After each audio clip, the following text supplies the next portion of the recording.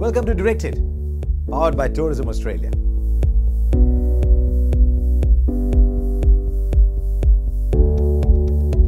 We've had a wonderful home season so far, but I think the dessert is just round the corner. In international cricket, India versus Australia is special.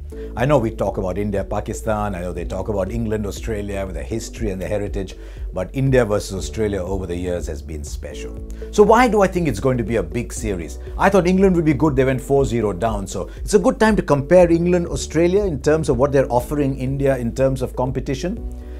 Alistair Cook versus Steve Smith. I thought Cook as a captain was on his way down. Smith as a captain is on his way up. It makes a big difference when the captain is looking ahead to his career. So I think that's one place where Australia will be tougher. Now Warner versus Root. I think Root is a fabulous young batsman, but in India they needed Root to play the 170s, 180s, produce the big match-winning innings. Root didn't do that. Warner is perfectly capable of doing that. Also, he scores much quicker. He comes in before the spinners have come on. So I think Warner versus Root, Warner might just have a little plus over there.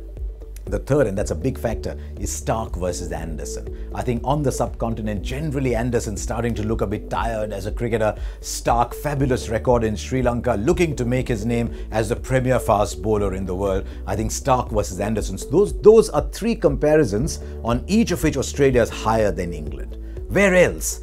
I'd like to see how Australia's spinners go. They've got a left-arm spinner. That's a big thing. Left-arm finger spinner in India. And they've got Nathan Lyon. So they can look forward to something. But overall, I just think outside of the main players, too much will depend on a really inexperienced side. And if the first test doesn't go their way, Australia could just start folding up and go downhill. So I think if I was in charge of the Indian team, I'd have a Turner coming up right up front.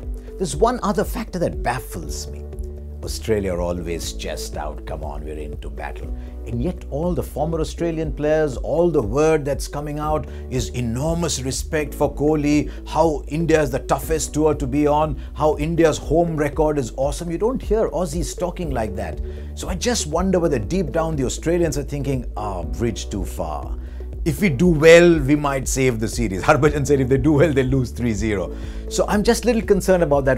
From an Australian point of view, I'm concerned by that. But what about India?